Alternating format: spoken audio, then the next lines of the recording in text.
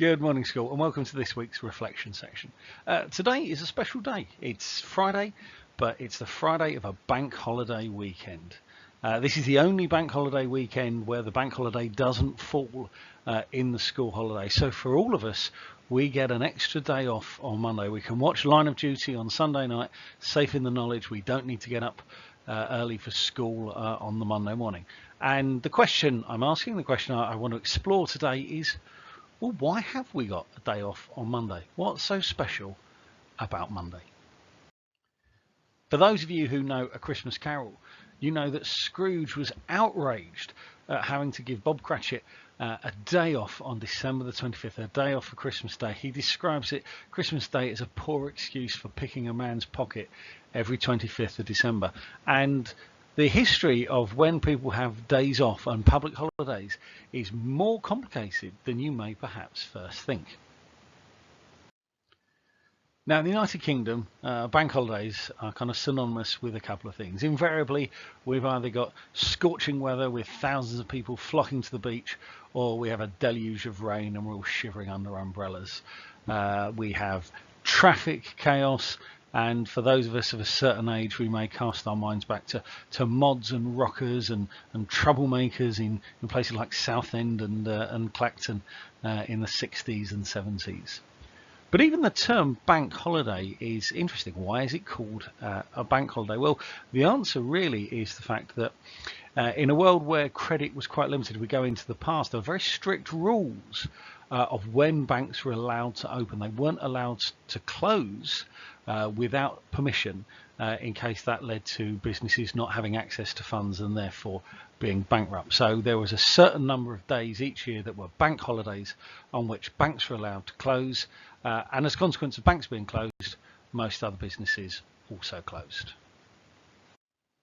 So that's the bank part of it taken care of, and obviously the holidays. Now the holidays comes from an old English word, holiday, meaning holy days. And of course, if we go back maybe into the Middle Ages, we had a feudal economy where the vast majority of people worked on the land or as kind of domestic servants and had very, very few days off.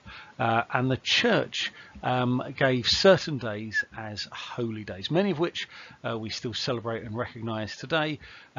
Others we may perhaps be less familiar with. They were holy days such as Michaelmas, Epiphany, Easter, Ascension Day, Christmas Day, Whit Monday, Whit Sunday, Whit Tuesday, and numerous others. Now, of course, this was time spent in church, but also time outside of church on these holy days were used very often for feasting, for gathering together, and for sports.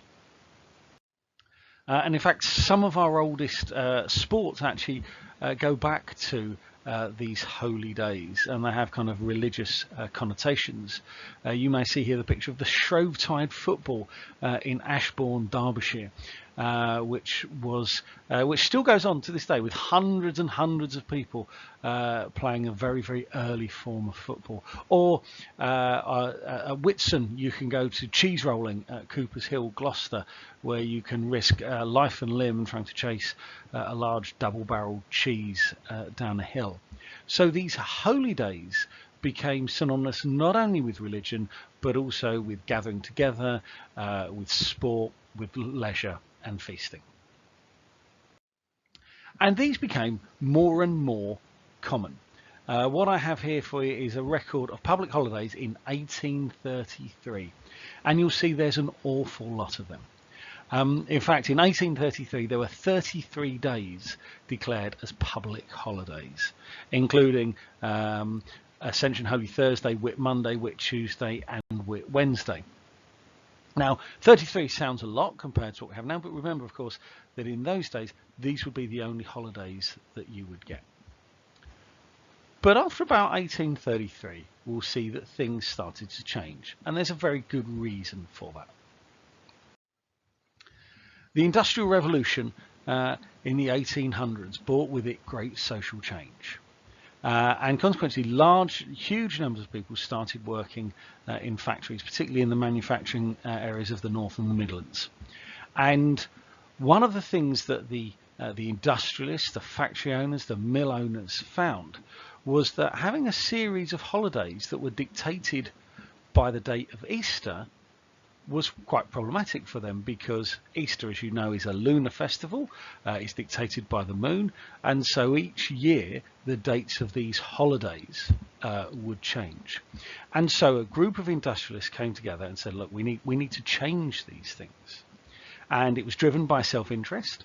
One of the things they wanted to do was to have time to kind of repair and do maintenance on their machines. So what we saw in the 1800s was a series of wake weeks where various different towns, particularly in Lancashire, and as I say, throughout the North and the Midlands, factories would be closed for a week. Virtually the whole town would decamp to places like Blackpool for their wake weeks, while the factory owners could do maintenance on their machines. But of course, what this meant is we're giving people an extra week on top of the bank holidays and the public holidays. So the industrialists felt that something had to change. And along comes a Victorian gentleman called Sir John Lubbock. And in 1871, he brought in the Bank Holiday Act. And the Bank Holiday Act basically said that there were 2 public holidays each year, going back to the Christian holy days of Christmas and Good Friday.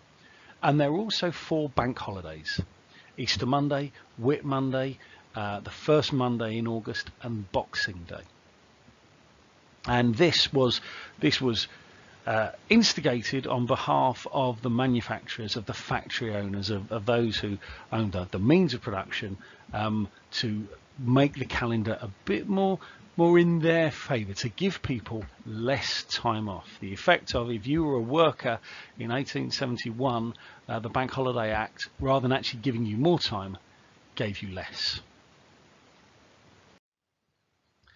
And that's actually how it kind of stayed for about 100 years. These were your bank holidays.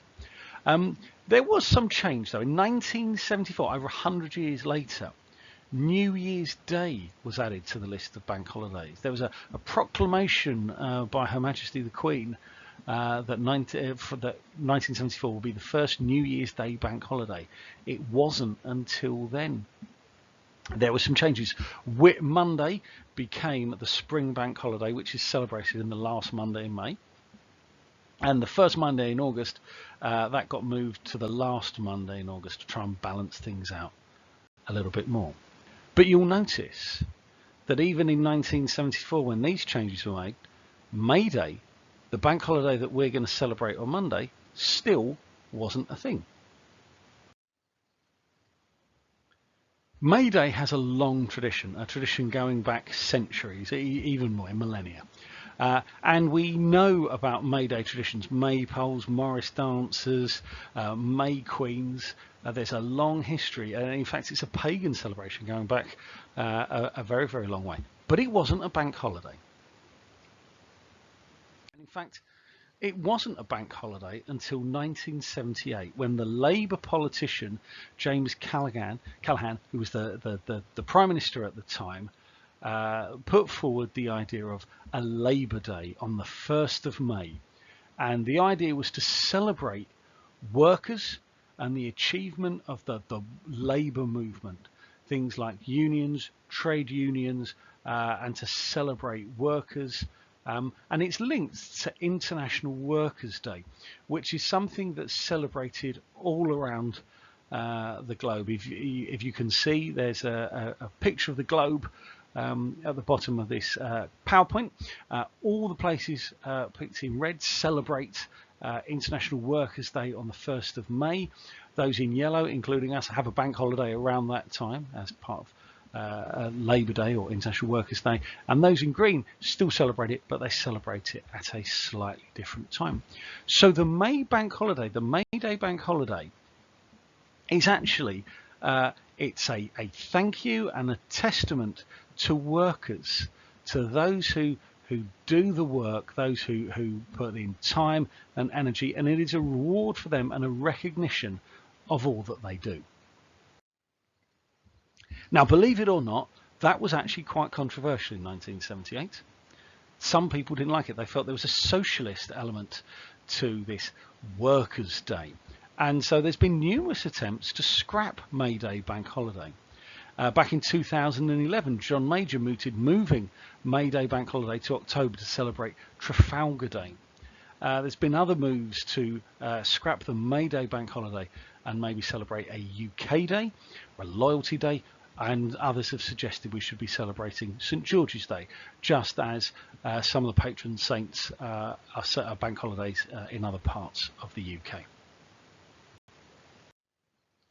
What we would say though, what I would say is that regardless of how you're going to spend your bank holiday, whether you're going to be eating ice creams in the sunshine or possibly more likely barbecuing under a brolly, I would say it's really, really important to enjoy it, to take a bit of time to yourself. It's been a hard term, you're working really, really hard, and it is a day designed to reward those who work hard. So take the time, relax, enjoy your day, and we'll see you on Tuesday. Have a great weekend.